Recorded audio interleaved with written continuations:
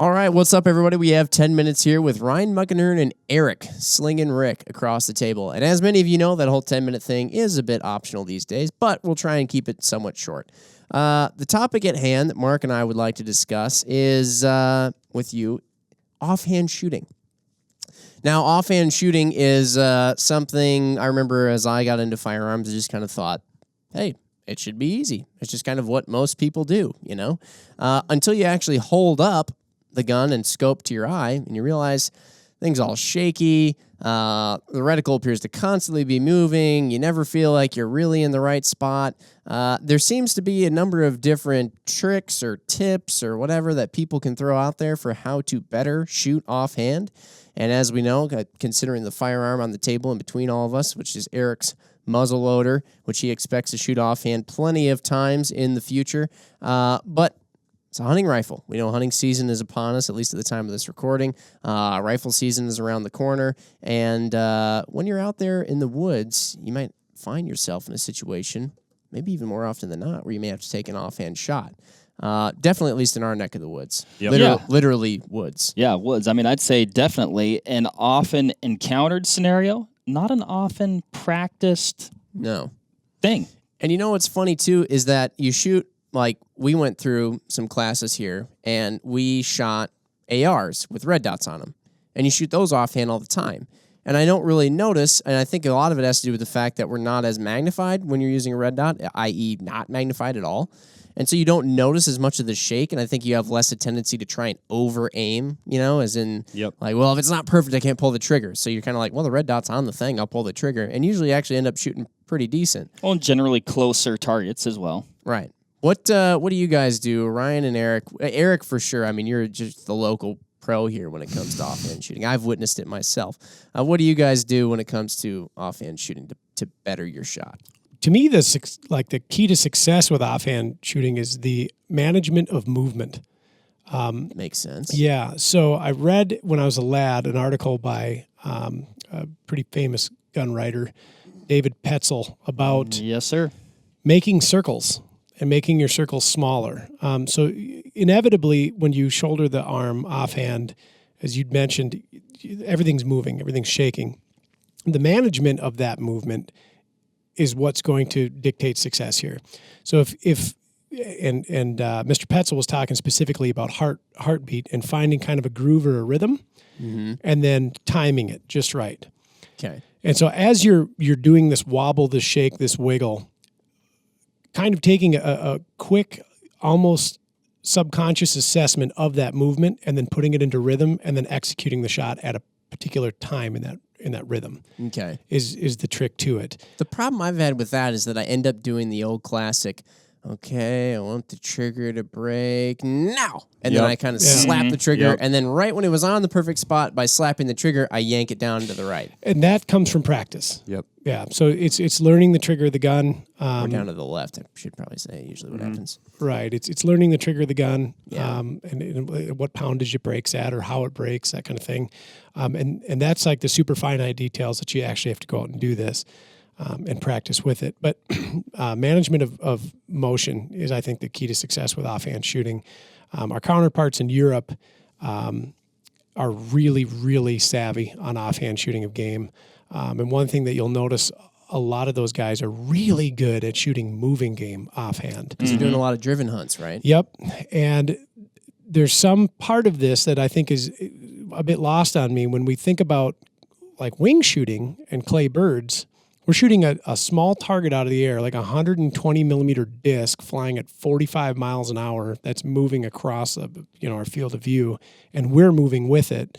It's almost like when you install the other component to this, the target moving, somehow this becomes easier and more instinctive, and they get really good at it, and they can start like calling their hits. Yep. Like if they wanted to take a boar just behind the ear, they're like surgical in this. Legolas. So they're understanding their leads, they're managing that motion, and then pairing it up with the movement of their target and executing the shot really well. Do you think with that moving target component, practice obviously come into play? Yeah. Probably thousands of shots, tons of hunts, shoot, see the result, right? But by having that motion, does that almost help you become steady? That is a management tactic. Okay. So if we're looking at a static target and you're the non-static component in this factor, right? Your like pinpoint focus is on this tiny little bullseye, and you're sitting there and you start to get that target panic, like we talked about. You're like, oh shoot, okay, make the circle smaller, and then smack. Well, time is of the essence too. I mean, you're not going to get more accurate the longer you're holding that rifle. Right. You need to embrace the fact you that don't want to move. Embrace the fact that you're moving. Know that you're going to be moving. You're not going to stop it. Like you said, manage it. And maybe even you can, the circle thing I think is really cool. I was reading that as well. But I wonder if people kind of just have maybe a little bit of their own too and learning that. Mm-hmm. Yeah. And you're like, everyone is going to have a little different like pattern there. What do you do? Do you do circles, J hooks? I wouldn't say I really focus on a specific pattern because like however the gun is balanced is going to dictate how it moves and like the reticle appears on the target. So I started shooting open sight Winchester 30-30, no scope on it. And like all of the hunting that I did starting out was like offhand shooting. Yep. You know, like just the style of just hunting that we did, that's what we had. But now, so starting out, being that gun had open sights on it, you didn't really notice a lot of that movement. Yeah. You know, just because nothing is magnified, that is minimized. Then you add optic to it. So like this muzzleloader has a Viper HS 2.5 to 10. The reason I like that for something that you're going to be doing offhand shooting with is on the back end and the lowest magnification. I always keep that thing at 2.5 or whatever the lowest magnification is, because once you bring that up, that same thing, it's going to be minimized. If you have that thing mid-range at your magnification range, it's going to be all over the place. You're going to stress yourself out, and that's when you get that slapping the trigger. Yep. Mm-hmm. Same thing like in the archery world. You see guys that struggle with target panic. When they're at full draw, they just keep thinking like, oh, I got to get that thing to sit still now. And then they just break their shot, and then it goes all over the place. Mm-hmm. So that is, I guess, how like the reticle management. The other side of it, I think, is like the positioning of it.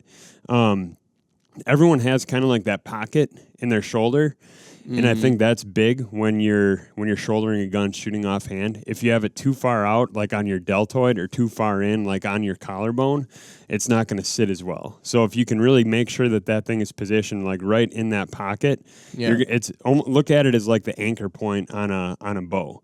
That is where your firearm anchor point is. What are you doing with your forehand? Because I know there's people who get themselves all wrapped up in their sling. There's people who come back and they actually kind of have that forehand up in near where there might be a mag or there might be bottom metal or whatever, and they kind of do the old high power sort of like slant back and you hold it out there. And then there's people who do like they get the arm way forward out and then they kind of pull the gun back into their shoulder with that forearm. I mean, it seems like there's any number of ways that people can utilize that non-trigger hand. I think some of that's going to depend on the type of shot. Is it a longer range offhand shot where you've got time? Is it a closer range shot? Yeah, and is it moving?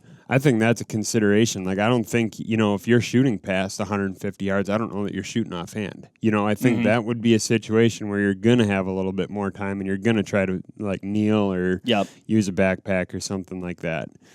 But, to answer your question on the hand on your forearm, what I always do, I've just always held it just, like the traditional method. I've never, done the whole, like, pendulum type thing where you kind of, like, rest it that way. I'll always just like hold it that way, and my feet are about shoulder width apart. Basically, if you would draw a line going straight from your shoulders down your feet, you'd see two parallel lines there. I feel like as soon as you start to get off axis, like for me personally, if I try doing this, like I actually move more than I would if I would just like be centered and hold the gun. Look at him, steady as a rock. Yes. I'll never forget the time of the Vortex Extreme. I asked Eric, "Hey, we're about to shoot offhand. I don't know if you know any of these offhand shooting kind of tips I've learned. Where you want to kind of like J hook or whatever, do circles around the target and then just kind of shoot right as."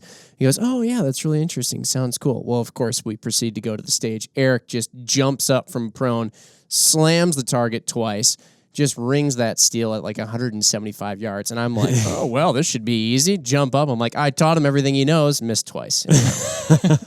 But hey, cool tips. I'm just going to do what works. yeah, exactly. But, you know, and the beauty of the Wisconsin deer drive and practice out west. Oh, yes.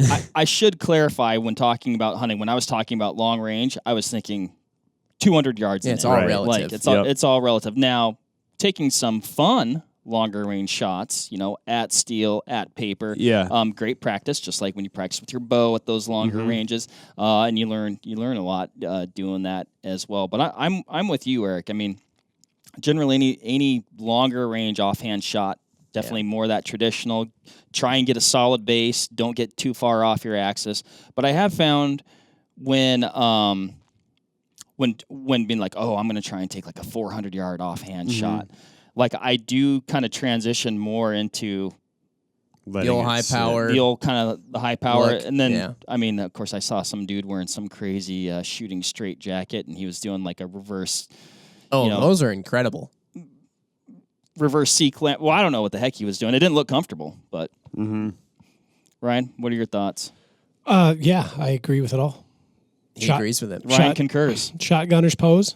I mean, to the point, too, of Erik hitting those targets when we were at the Extreme. I mean, I knew all of the conceptual things to make you shoot better offhand. Erik's just shot more offhand than I have. So practice comes into play a lot here. If you want to take a good offhand shot, I think you should practice at the range offhand shooting and not just go and sit at a bench, shoot at 100 yards, shoot at a group and say, well, she's dialed. Yep. And I think Ryan brought up something really important earlier that's maybe just worth reiterating is getting, you know, the practice, but getting to know that firearm, getting to know that trigger, because that trigger, you're kind of timing that trigger break to move in conjunction with, you know, the slight, you know, hopefully the slight movement that you're having over the target. And, you know, if you've got a hair trigger, you're going to start that press a little bit differently than if you got maybe more of a traditional quotation mark hunting trigger that's got a little bit more weight to it. Still might break clean, but might take a little bit of, you're getting into it maybe just a little bit earlier. And I would argue that, like, if you do find yourself in that situation where you are going to be taking offhand shots, a light trigger isn't what you want on your gun. Like, I know, like,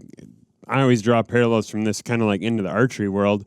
For anyone who shoots like a traditional like index finger release, one of the things that they say to mitigate target panic is to actually tighten that trigger down so you've got a lot of trigger pull.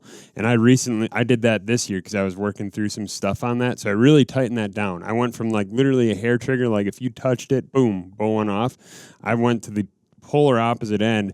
And the reason for that is you create less anticipation by actually pulling through it. I was going to say, I bet that really helps you pull through that shot. And it almost in a reverse way creates more of a quote unquote surprise release than having like the true like touch it and it goes. Yeah. So yeah. I like that. One other thing I'll throw out there too. If you are in the woods or something and you got a tree there, you can always brace it up against the tree. I mean, no one's going to fault you for doing that and trying to find a better shot. Yep. But I like what you said as well about the lower magnification, Erik. And when Ryan, you brought up the European kind of driven hunts and all that, I still remember the first time I talked to a guy from, I think it was Great Britain, I believe. What do they call it? Just Britain? British? Great Britain? Brittany? I mean, they call it Great Britain, right? I mean, they're Europe, the UK, the UK. And I remember that he had like a Spark 2 back when that was our sort of poster child red dot, and I was like, "What kind of gun is going on?" And he mentioned some bolt action gun, and I was like, "Wait, what? You're going to put a micro red dot on a bolt action gun?" He's like, "Yeah, it's for driven hunts," and that was like the first time I had learned about this style of hunting that they do. Yeah, and those guys are even putting very low magnification optics, obviously in that case, on bolt action rifles for that very purpose. Yep. So just thought it was interesting. The big thing, I think, is do whatever feels comfortable. You said it, like, if you're not comfortable, if you're trying to create some elaborate grip, you know, you're going to end up shooting worse than you would if you just grip it and rip it. And I mean, obviously, you can learn a lot from different people, different articles, trying different things, but, you know, ultimately it's going to come down to, like you said, what's comfortable for you and what's working, what you practice. Yep, exactly. Time at the range. Let's hear what you guys do when you're shooting offhand, best tips, tricks, or if you're just a natural, go ahead and brag about it. Hit us up on Instagram or in the comments on YouTube.